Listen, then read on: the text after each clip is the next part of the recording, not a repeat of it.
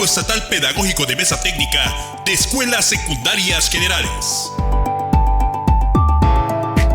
Trabajando en el marco del Plan para la Transformación de la Educación del Estado de Oaxaca.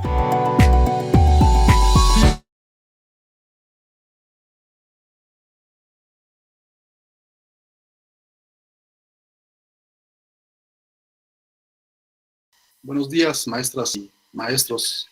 Me presento nuevamente. Mi nombre es Eder Josué González Flores y en verdad es un gusto enorme para mí el compartir con ustedes un tema de suma importancia para todas y todos aquellos que nos interesa, que de manera directa o indirecta nos gusta, nos agrada el tema educativo. Y como bien lo decía el doctor Julián, quizás un tema de corte general, corte básico para todos aquellos que iniciamos nuestro andar, nuestro devenir en el magisterio y en la situación de la educación, en el tema educativo. El realizar un recorrido por la historia de la educación en México, breve recorrido, dicho sea de paso, porque pues estos minutos que estaremos compartiendo con ustedes, pues en realidad son pocos en relación a la importancia de dicho tema, ya que hablando de un proceso muy complejo, con un ADN, con una geografía muy amplia, muy diversa, en donde pues definitivamente intervienen una serie de factores, una serie de ingredientes que inciden de manera directa o indirecta en el desarrollo de la educación, no solamente en algún país, sino propiamente en nuestro México, ¿no? Para entender la imagen completa, la pantalla completa del panorama educativo actual, las formas en cómo se ha gestionado, cómo se ha administrado la educación en nuestro país, pues es necesario hacer un recuento, ¿no? Decíamos, breve recuento, vuelvo a repetirlo, y de antemano me disculpo con ustedes, lo decía bien el doctor Julián, muchos de ustedes tienen un recorrido, son maestros de carrera, conocen muy bien de qué estamos hablando. Es importante también, pues, que lo conozcan los compañeros de nuevo ingreso y todos, es un tema de carácter general, yo creo, ¿no? Todos como buenos mexicanos deberíamos conocer cuál ha sido el devenir histórico de la educación en nuestro país. Entonces me disculpo, pues, con ustedes si omito algún punto clave, algún punto importante en ese devenir histórico de la educación en nuestro país y que ha conformado, pues, nuestro sistema educativo actual. Pues, maestras y maestros, sin más preámbulos, vamos a entrar en materia. Muchos investigadores de la historia de la educación en nuestro país, como Pablo Latapizza Rey, el mismo Manuel Gilantón, los hermanos Díaz Barriga, coinciden en que para hacer un estudio meticuloso de esta historia, pues hay que dividirla en etapas que, como si se tratase de un paralelismo, pues coinciden también con las etapas que de alguna u otra manera marcaron el rumbo de nuestro país. En ese sentido, pues, es el mismo recorrido por el cual nosotros vamos a transitar el día de hoy en esas etapas de la educación en nuestro país. Y empezamos con el periodo de Mesoamérica, por ahí hay, inclusive lo conocen como la época prehispánica, pero pues es como un parteaguas, ¿no?, entre la llegada de los españoles y la cultura antigua mexica, ¿no? Nosotros lo conformamos como la Mesoamérica, el periodo tardío, por ahí del año 300 al 1521, ya en la parte, en la recta final del imperio de la Gran Tenochtitlan, ¿no? Pues en este México antiguo, los primeros indicios de lo que tenía que ver en educación, pues venía propiamente de los hogares, ¿no? Los jóvenes que acudían a los templos escuelas, denominados Calmecac, por ejemplo, lo hacían a partir de los 12 o hasta los 15 años. Pero en este recorrido, quiero decirle, compañeras, compañeros, nos vamos a dar cuenta que la educación, desde sus inicios, ha sido elitista. Normalmente se le pone la etiqueta de inclusiva, pero definitivamente desde los albores iniciales de la educación en México no lo ha sido, ¿no? Porque estos templos escuela denominados Calmecac, pues eran para los hijos de la nobleza o sacerdotes aztecas, Aquí ellos aprendían de historia, de astronomía, de religión, de economía, ¿no? Y los preparaban también para formar parte del gobierno, ¿no? Y también se les entrenaba para la guerra. En el caso de los Tepochcali, que era un servicio a la comunidad y el ver quiénes eran hábiles para esta situación de la guerra, ¿no? Las mujeres no tenían acceso, que se quedaban en casa, acompañaban en las labores domésticas, y quienes podían iniciar, digamos, sus estudios, lo hacían de manera únicamente en los Ichpochcali, y era para quienes pues aspiraban a convertirse en sacerdotisas o quienes iban utilizadas como sacrificio en los centros ceremoniales, ¿no? Entonces vemos cómo desde los primeros albores de la educación en México, y vuelvo a repetir, en todo el mundo, pues siempre la educación ha tenido un corte elitista y sirve a los intereses, ya sea un hueytlatoani, un virrey, un rey, un presidente, a los intereses de quien ostenta el poder y de sus círculos más cercanos. Pasamos a la siguiente etapa, que es la educación en la colonia. Y creo que la frase que ahí aparece, pues resume en gran medida, ¿no? Cómo se pensaba, cómo se vislumbraba la educación en la época colonial. Por ahí Guillermo Bonfil Batalla, en algunos de sus escritos, maneja un concepto que es el de la transculturación, en donde pues el encuentro de dos culturas normalmente superpone la que se supone superior, toda la idiosincrasia, toda la cosmovisión, toda la cultura, para la cultura dominada, ¿no? En este sentido, pues la educación quedó en manos de diversas órdenes religiosas, y pues los principales tipos de enseñanza eran con fines evangelizadores y de adiestramiento en artes oficios, ¿no? En la Nueva España, pues la educación escolar fue un esfuerzo de poca magnitud, de impacto para los naturales, como se les conocía, ¿no? A los habitantes del México antiguo, ya que no tenían acceso a conocimientos de filosofía, de derecho, de medicina, a los cuales, pues, a los que se les daba el mote de criollos o inclusive algunos mestizos sí tenían. Pero eso sí, todo ese esfuerzo, pues, fue de gran importancia para la consolidación, decíamos, tanto ideológica como religiosa, del dominio español. Fue hasta el año 1700 en donde, algunos criollos, principalmente, pues, tenían la oportunidad de tener algunos puestos claves o de nivel intermedio en la forma de gobernanza colonial, ¿no? Pero definitivamente quienes eran todavía naturales del México antiguo, pues no podían acceder a este tipo de privilegios. Damos a un salto al México independiente, con la alegría, con la algarabía de un México libre, y una vez consumada la independencia, pues tanto liberales y conservadores trataban de dirimir sus diferencias a través del diálogo, y con esto coincidían en el papel, pues, fundamental que jugaba la educación en el desarrollo de nuestro país, en el desarrollo de nuestro México independiente. Pero pues definitivamente la historia nos enseñó que las diferencias político-ideológicas dificultaron la construcción de esas políticas educativas que pudieran incidir en nuestro país. Y ahí cobra relevancia una frase atribuida a Napoleón Bonaparte, que dice que quien no conoce su historia está condenado a repetirla, porque definitivamente las políticas educativas en nuestro país, pues esas diferencias político-ideológicas han intervenido, han impactado de manera negativa en ese desarrollo educativo que debería estarse dando en nuestro país.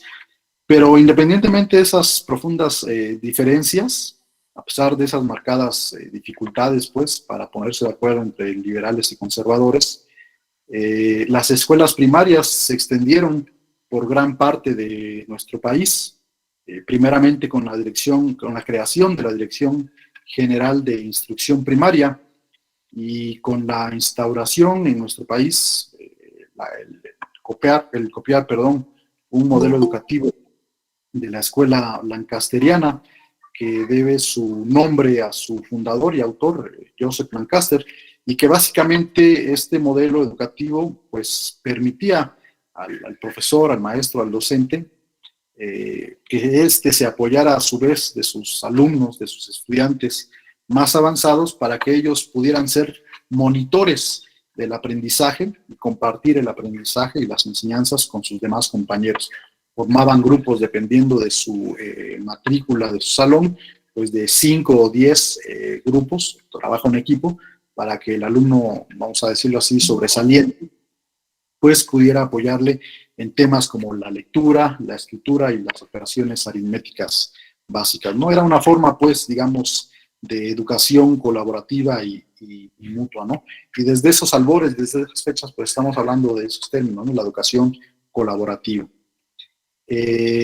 También un punto importante y a favor de estas políticas educativas en el México independiente, pues fue la ley de instrucción pública, los primeros indicios de intentar hacer política educativa en nuestro país y de ponerse de acuerdo y determinar una serie de leyes, lineamientos que rijan pues el actuar sobre todo las autoridades educativas en nuestro país. Lo importante de esta ley pues fue el decretar como obligatoria y gratuita la educación primaria, ¿no? Volvemos a dar un salto en la historia y nos vamos a la educación en tiempos del Porfiriato. Esta etapa en la historia de nuestro país pues es como agridulce, ¿no? Tiene muchas ambigüedades. Por una parte, los grandes contrastes entre personas que coinciden en que al momento de evaluar esta etapa pues fue más buena que mala, y quizás para otros fue más mala que buena, ¿no? Pero pues los datos ahí están. El crecimiento económico, al menos en el inicio del Porfiriato, se dio. El acceso a la educación, a los servicios de salud, pues fue también importante. Y por el otro lado, pues está, aunque no se conocía como tal, la cuestión del aperturar, digamos, las fronteras a inversiones privadas extranjeras, pues también se dio en tiempos del Porfiriato, ¿no? Con la intervención de las familias adineradas de Estados Unidos, como los Rockefeller, por ejemplo, en la construcción de las vías del ferrocarril que conectaban al norte con el sur del país. En ese sentido, pues son las ambigüedades, ¿no?, que comentábamos con respecto a estas políticas del Porfiriato. Y ya entrando en materia educativa, pues este periodo se caracterizó por la realización de 3 congresos, todos ellos derivado del centralismo pues que se tenía en el poder, se llevaron a cabo en la capital de la República. El primero de ellos, en 1882, fue el Congreso Higiénico Pedagógico. Este congreso hizo de lado, digamos, todo lo que tenía que ver con pedagogía. Más bien se enfocó en las situaciones de los aspectos como la salud física de los niños, más que el intelectual, y también en la cuestión moral, ¿no? Hacía un profundo análisis sobre las características fisiológicas de los niños en edad escolar y cómo poder ayudarlos a que a través del mejoramiento de esas características fisiológicas pues pudieran mejorar en el aprendizaje de la enseñanza de los docentes, ¿no? El segundo de ellos fue el primer congreso de instrucción.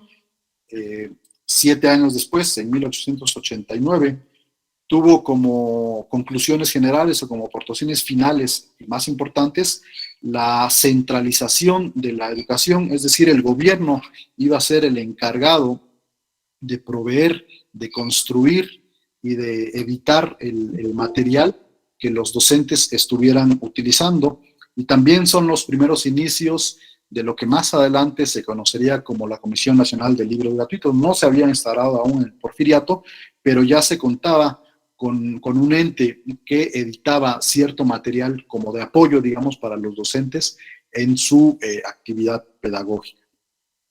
El segundo Congreso de Instrucción, pues fue 8 años después, estamos hablando de 1890, y ahí se enfocó más a la educación media superior. Tenía como visión la instauración de un modelo filosófico al cual era muy adepto Porfirio Díaz. Estamos hablando del positivismo, ¿no? Inclusive muchas de las políticas que durante el porfiriato se dieron y a través de personajes en la historia de ese México educativo, como Gabino Barreda, por ejemplo, como Justo Sierra, como Carlos Acarrillo, pues fueron, digamos, copiando modelos educativos, sobre todo de personajes como Pestalozzi, como Federico Froebel, ¿no? Para poner o implementar el método científico en cuanto a la metodología que utilizaran los docentes al momento de estar impartiendo sus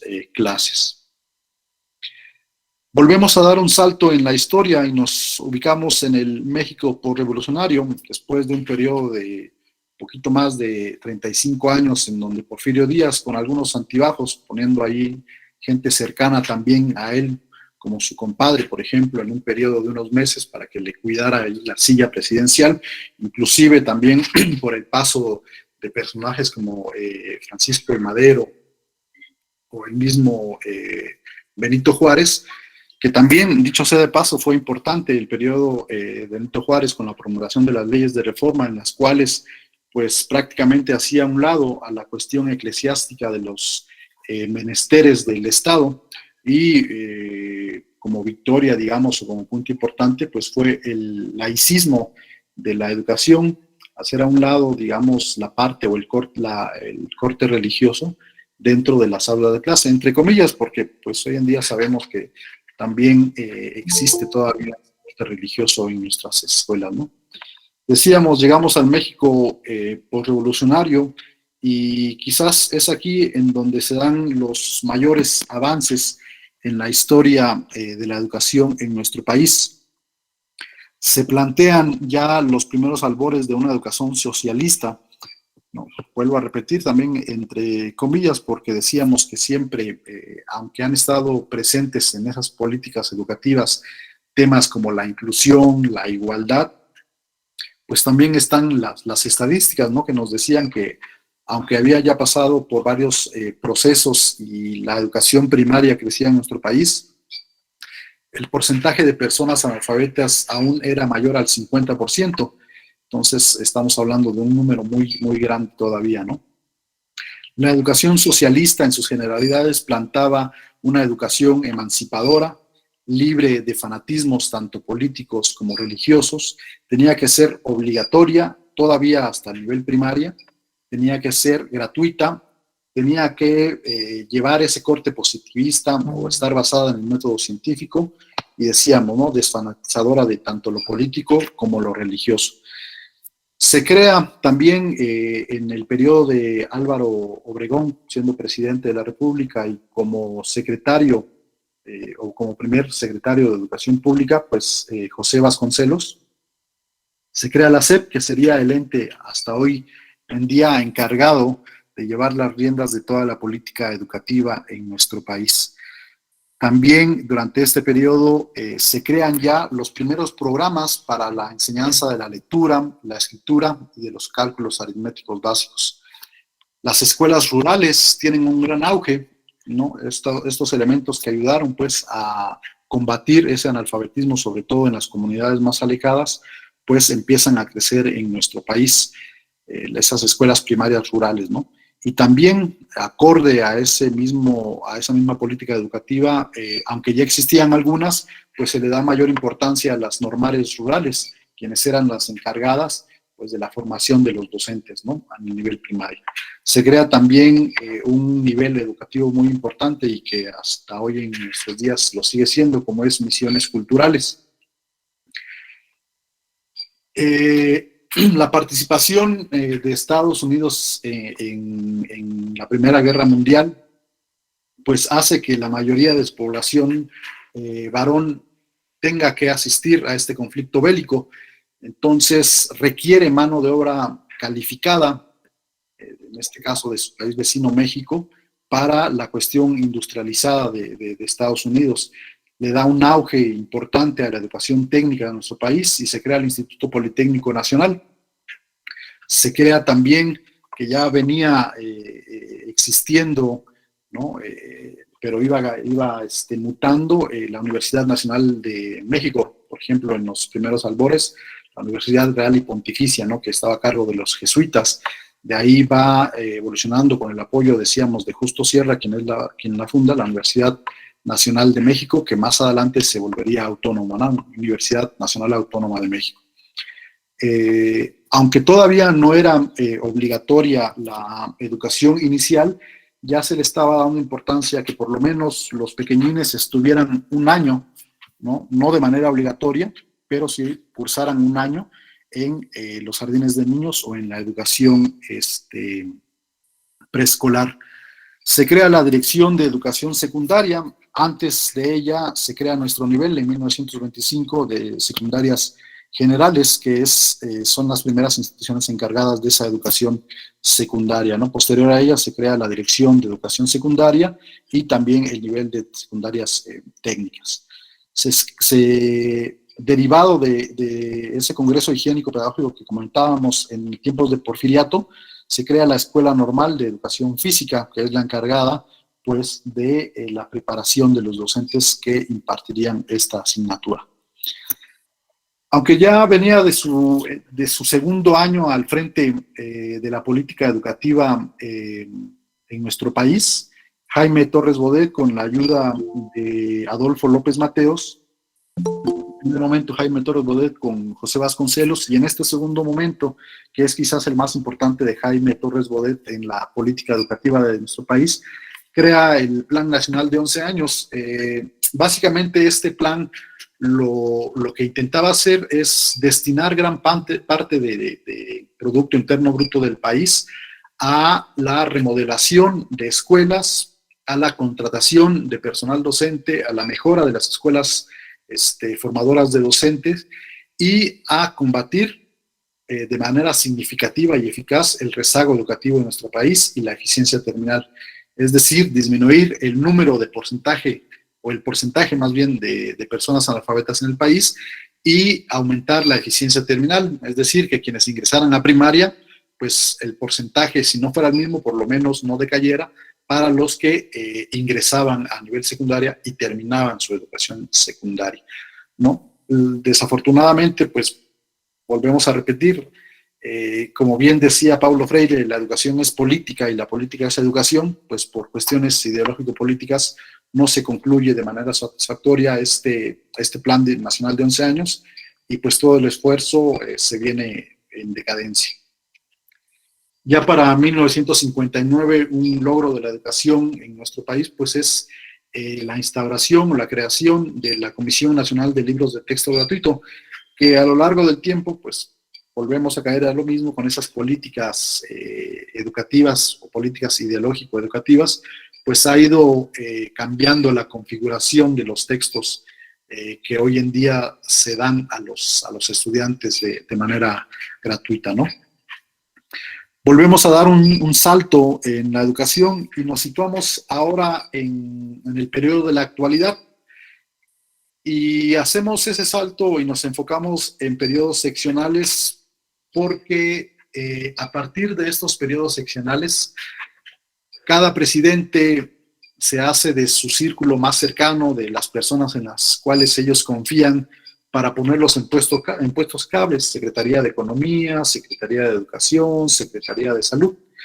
Y en el caso de las secretarías de salud, de educación, pues cada persona que llega quiere hacer sus intentos, quiere hacer sus esfuerzos y en base a seguir esa ideología instaura un nuevo modelo educativo. Entonces, estamos hablando de un periodo de 6 años, cada 6 años cambiar ese modelo educativo. Es decir, no le dan tiempo a que cuaje ni siquiera en el nivel de primaria. Un niño que cursa normalmente su educación primaria tarda 6 años en transcurrir en ella, pues en ese mismo periodo entra con un modelo educativo e ingresa a secundaria con un modelo educativo diferente, ¿no? O intento de modelo educativo, porque como lo vamos a ver, más bien parecieran reformas educativas administrativas, ¿no? Pero pues cada presidente se hace de su gente y cada gente que entra a la Secretaría de Educación Pública trae su propio modelo educativo. Iniciamos con el primero de ellos, Miguel de la Madrid Hurtado. A partir de este periodo presidencial se empiezan con los famosos planes seccionales de desarrollo, en donde vienen temas como la salud, como la educación, como lo económico, entre algunos otros, y nosotros nos enfocaremos en lo educativo. La reforma educativa con la que inicia su sexenio Miguel de la Madrid Hurtado, se llevaron a cabo una serie de planteamientos para realizar cambios en materia educativa a partir de un diagnóstico. Pero la realidad es que los resultados de ese diagnóstico arrojó un panorama poco alentador presente en todos los niveles educativos. Casos como, por ejemplo, el porcentaje del 40% en alfabetismo de las personas, ¿no? Y también lo que ha sido el dolor de cabeza de la educación en México, la eficiencia terminal. Para combatir estos dos aspectos, se promueve o se asigna el Programa Nacional de Educación, Recreación, Cultura y Deporte, un año después de llegado a la presidencia de la República, Miguel de la Madrid Hurtado. Digamos, la idea principal era promover el desarrollo integral del individuo y de la sociedad mexicana. ¿Cómo intentaron tanto combatir el analfabetismo como la eficiencia terminal y promover el desarrollo integral? Pues lo primero que se realizó fue ampliar el acceso de todas las personas en edad escolar a las oportunidades educativas, culturales, deportivas y de recreación. Se empezaron a instalar en puntos claves del Distrito Federal, por ejemplo, y de algunos estados, museos como el Museo Nacional de Antropología e Historia, como el Museo de Minería, por ejemplo, en el Distrito Federal, para tener acceso desde una manera informal, digamos, a la educación en nuestro país, en base a esta serie de instituciones que lo que hacen pues es compartir información importante para que nosotros podamos conocer acerca de temas de corte general. Se intentó también mejorar la prestación de los servicios en áreas educativas, ¿no? Y se empezaba a hablar de un tema que iba a cuajar ya tanto en el periodo de Salinas de Gortari como en el periodo siguiente, que era la descentralización de la escuela. Pero fue más bien una descentralización centralizada, podríamos decir, ya que algunos temas todavía quedaban, como por ejemplo lo que tiene que ver con lo didáctico, con lo pedagógico, quedaban todavía en manos del gobierno federal, ¿no? Eran los primeros intentos de descentralizar la educación y llevarla a los estados. Se empieza a hablar de un aspecto que hoy en día todavía prevalece, al menos en la cultura educativa y también en las leyes y reglamentos educativos, ¿no? Elevar la calidad de la educación en todos los niveles, ¿no? Como si se tratase de un producto, o la palabra calidad, pues normalmente va ligada a una situación empresarial, a una situación de un producto, ¿no? No tanto de un servicio. Entonces empieza ya a sonar este tema de calidad educativa, ¿no? Bien, desafortunadamente durante este sexenio de Miguel de la Madrid Hurtado, pues México cae en una crisis muy, muy profunda, ¿no? La inflación, un tema que sigue muy constante hoy en nuestros días y en varios sexenios, se eleva, ¿no? La especulación en cuanto a los precios del petróleo y de materias primas, sobre todo para la industria, se eleva también. Las reservas internacionales, al menos de nuestro país, caen y se empieza a hablar de un tema que también hasta nuestros días está muy presente, la globalización, esto de abrir las fronteras, digamos, el no estar encerrados en una burbuja, sino abrir las fronteras no solamente a políticas educativas, sino económicas, políticas y de salud, y copiar, imitar políticas de otros países y también permitir, por esta misma crisis económica, la entrada de capital extranjero para invertir en suelo mexicano.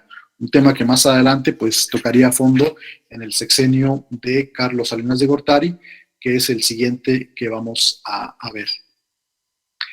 Llega el turno de Carlos Salinas de Gortari en su sexenio de 1988-1994. No podía hacerlo solo, no podía trabajar. Recordemos que, sobre todo en los 80s, la cuestión sindical, con la separación de la parte disidente del Sindicato Nacional de Trabajadores de la Educación y esa parte disidente convirtiéndose en la Coordinadora Nacional de Trabajadores de la Educación, pues Carlos Salinas de Gortari no contaba con la parte sindical, ¿no? Y fiel a su forma de seguir, por ejemplo, con el famoso quinazo, el quitar al dirigente de los petroleros, inventándole una serie ahí de situaciones como tráfico de influencias, de drogas y portación de armas, pues lo encarcela. También de esa forma, quitándose a un incondicional, hasta esos tiempos de Carlos Salinas de Gortari, como Carlos Ungitud Barrios, pues se quita, ¿no? Un líder priista muy acérrimo, lo quita del sindicato y coloca también a una incondicional de él, a la maestra Elbaster Gordillo Morales. Y una vez que instaura el Elbaster en el poder, pues ahora sí puede firmar ese acuerdo nacional para la modernización de la educación básica en nuestro país. ¿Qué plantea este acuerdo? Básicamente centra sus acciones en 3 líneas. La primera de ellas, hasta este año, fíjense, 1993, y estamos hablando que nivel de secundarias, por ejemplo, generales, fue en 1925. Hasta este año de 1993 se promulga la obligatoriedad de la educación secundaria. Ese fue el primer eje rector, digamos, de esa política educativa y de ese acuerdo de Carlos Salinas de Gortari. El segundo de ellos, el modelo en el cual se va a basar esa reforma educativa y esa nueva, y ese nuevo modelo pedagógico que venía dentro del acuerdo y que tiene que ver con la implementación del constructivismo como la filosofía o el modelo educativo que había de permear en nuestro país, tomando ideas, por ejemplo, de Piaget, de Vygotsky, del mismo Brunner o de Auswell, en donde menciona que el conocimiento no se reproduce, ¿no? Sino se construye, ¿no? Entonces basaba pues la idea de esa reforma educativa en que cada alumno debía construir su conocimiento en base a su experiencia en el mundo, en base a través de esa interacción con la sociedad, y que cada nueva idea, cada nuevo hecho tenía que conectarlo, interconectarlo para producir nuevas experiencias, un nuevo entendimiento de la estructura y de su vida y de su papel dentro de la sociedad. Y el tercer elemento importante de este acuerdo nacional, pues tiene que ver ahora sí con la oficialización de la descentralización de la educación, es decir, la educación deja de estar bajo el cobijo, entre comillas, del gobierno federal para pasar a la guía de los gobiernos estatales. Y en 1992, pues se crea el Instituto Estatal de Educación Pública de Oaxaca, y en lo subsecuente, en los demás estados van creando sus propios institutos estatales de educación pública.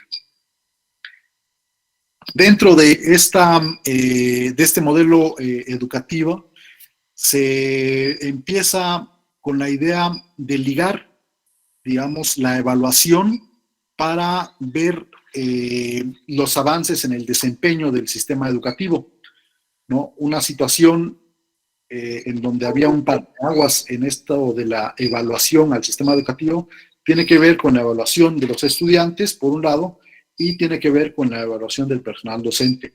Se instaura el programa de carrera magisterial, que era un programa de incentivos al personal docente que demostrara, digamos, tener, entre algunos otros elementos, pues dominio, por ejemplo, de los temas, en áreas específicas como la lectoescritura, como el pensamiento matemático y como los temas de carácter o englobados en ciencias sociales, ¿no? También lo mismo, se evaluaba tanto al docente como a su grupo, y si tenía una calificación aprobatoria, pues era acreedor a ese incentivo que se veía reflejado directamente en su percepción salarial. Habían algunos otros indicadores del desempeño, sobre todo de los alumnos, que tenía que ver con esa eficiencia terminal, con combatir el rezago educativo y con aumentar la cobertura educativa.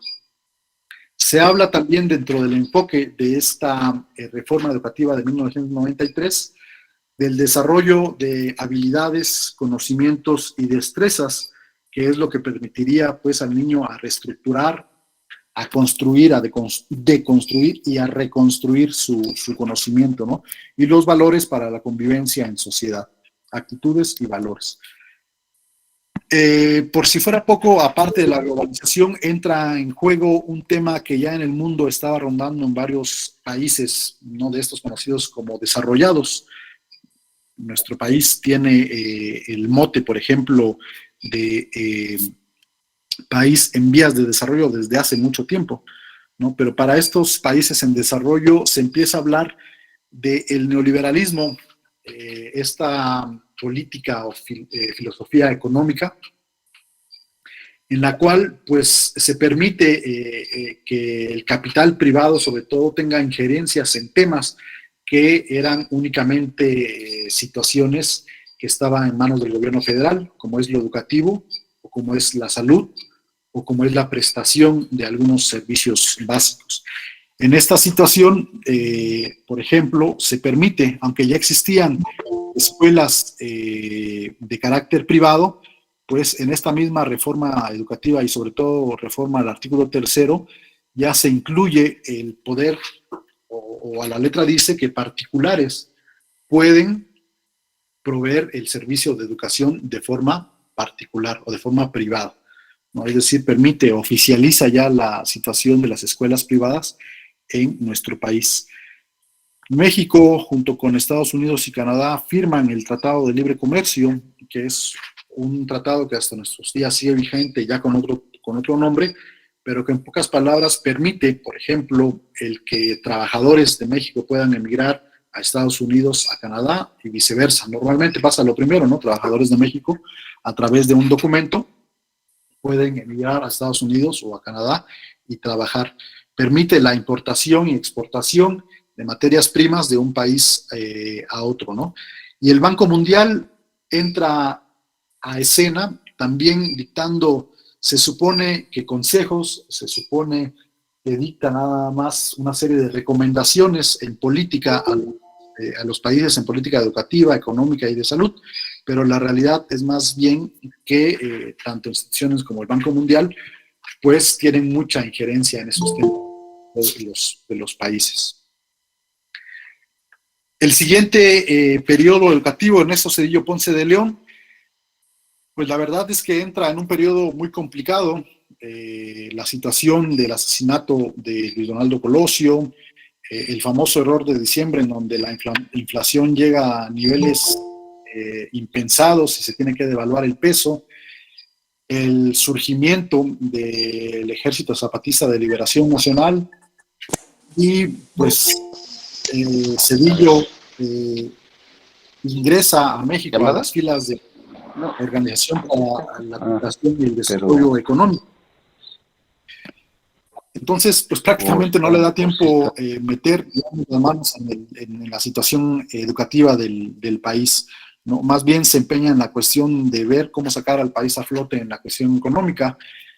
Dicta ya a mediados de su sexenio el programa de desarrollo educativo, pero pues básicamente se da continuidad a esa necesidad de ligar la calidad educativa a la formación de recursos humanos para integrarse a la vida productiva, es decir, aumentar el dinero, el Producto Interno Bruto dentro del país para poder salvar esa situación económica. Llega el turno de Vicente Fox Quesada, un personaje que llegó también con la alegría por el cambio de un régimen político que hasta esos tiempos pues no se había logrado, ¿no? con el priismo, ¿no? Respaldado por muchos actores de la vida social y política del país. Pero la realidad es que también quizás a su sexenio se le conoce por sus pifias en otras situaciones, como el famoso come si te vas ahí en una cumbre de países interamericanos a Fidel Castro, ¿no? Crea en su sexenio el Programa Nacional de Educación, ¿no? Y la subsecuente reforma del 2006, que basa, o uno de los primeros, de las primeras situaciones también es la reforma del artículo tercero, en donde da la obligatoriedad de la educación preescolar. Antes, vuelvo a repetir, no era necesaria, no era un dato importante el que los estudiantes cursaran por esa educación preescolar, ¿no? A partir del sexenio de Fox se da la obligatoriedad de la educación preescolar. Se reitera nuevamente el concepto de calidad educativa y de manera mecánica pues se liga la cuestión de la evaluación a esa calidad educativa. Básicamente la reforma del 2006 basa digamos, todo su mapa curricular en el enfoque por competencias e indicadores de logros educativos, competencias para el aprendizaje permanente, competencias para el manejo de la información, competencias para el manejo de situaciones, competencias para la convivencia y competencias para la vida en sociedad. Y se basa también en los 4 pilares de la educación que fomenta la UNESCO, que es el saber, saber ser, saber hacer y saber convivir con los demás. Ingresa México a este modelo educativo de evaluación, ¿no? E ingresa a la prueba PISA, que es el Programa Internacional de Evaluación de los Alumnos, en donde a través de un examen estandarizado, pues se evalúa la eficiencia terminal y pues básicamente la cantidad de conocimientos que posee un estudiante, como si de educación bancaria se tratara, la cantidad de conocimiento que posee un estudiante en temas como la cuestión del lenguaje, de las ciencias sociales, naturales y matemáticas, sobre todo en las primeras 2, ¿no? La opción del español y las matemáticas. Se crea un nuevo mapa curricular para la educación secundaria, se mantiene la carga horaria de 35 horas, pero se le da mayor énfasis, o se da énfasis a la cuestión de ciencias naturales y sociales, por ejemplo. En primer grado hay énfasis en biología, en segundo en física y en tercero en química.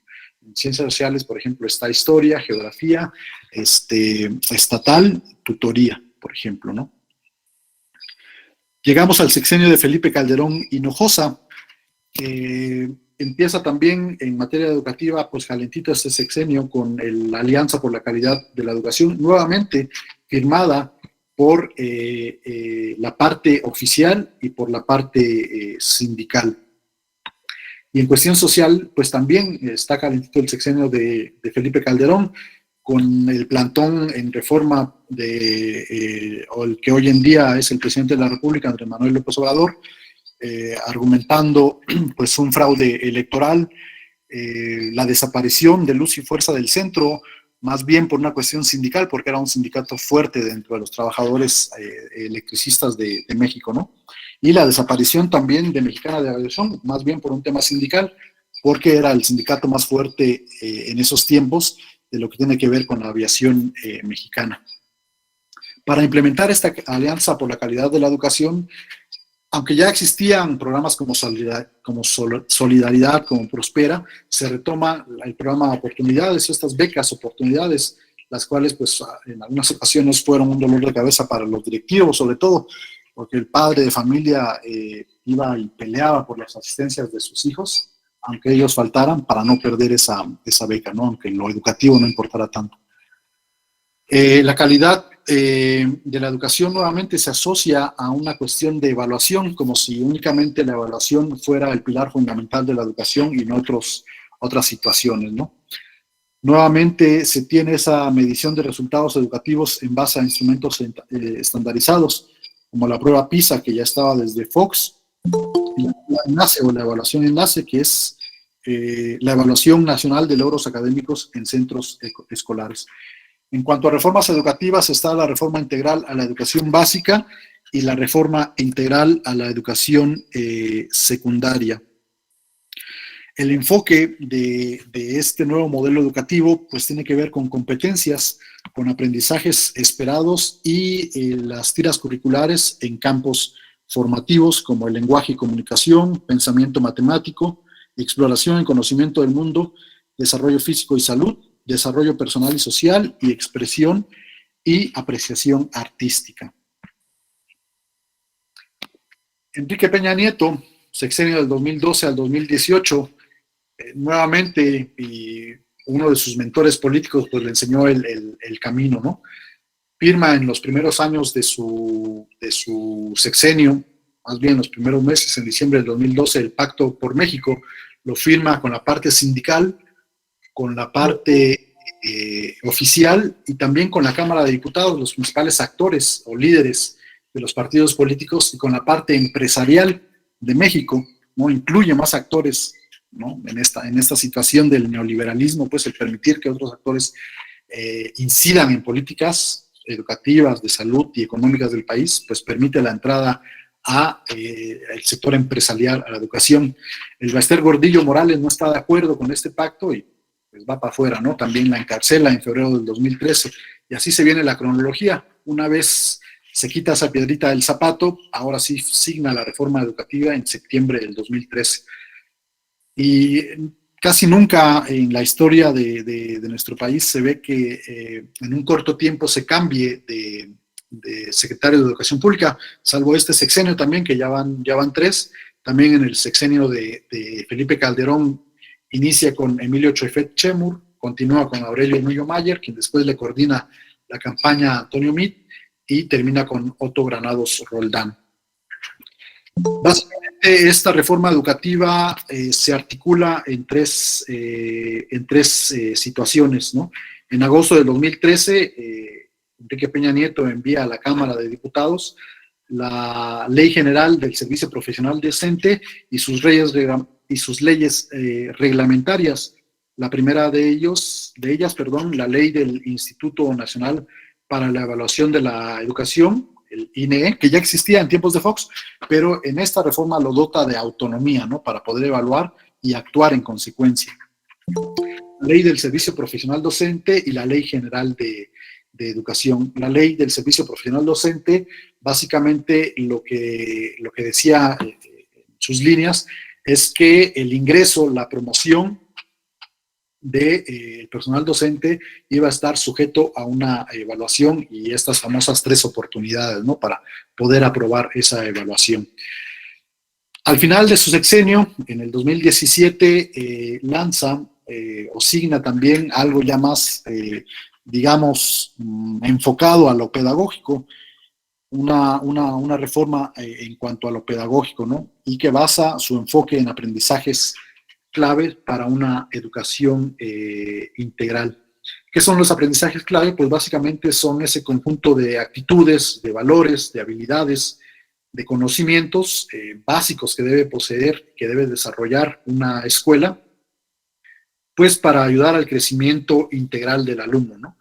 Y decía esa reforma que en caso de que el estudiante no pudiera aprenderlos, pues provocaría serias deficiencias que dificultarían su desarrollo y su integración a la sociedad en su vida adulta, ¿no? Llegamos al sexenio de Andrés Manuel López Obrador y la pregunta está en el aire. ¿Estamos hablando de un sexenio de continuidad o discontinuidad? ¿Es la nueva escuela mexicana una verdadera propuesta de transformación de la vida, no solamente política, educativa y económica del país, o es una continuidad de lo que venimos viendo? Y para esto, pues, nos van a ayudar tanto el maestro Alberto como el maestro Inocencio a ir desdibujando, a ir destazando esta nueva política educativa de la nueva escuela mexicana. Pues yo les agradezco mucho su tiempo, su atención, compañeros, y dejamos los micrófonos y la pantalla también, para que los compañeros puedan continuar con este análisis. Muchas gracias, compañeros.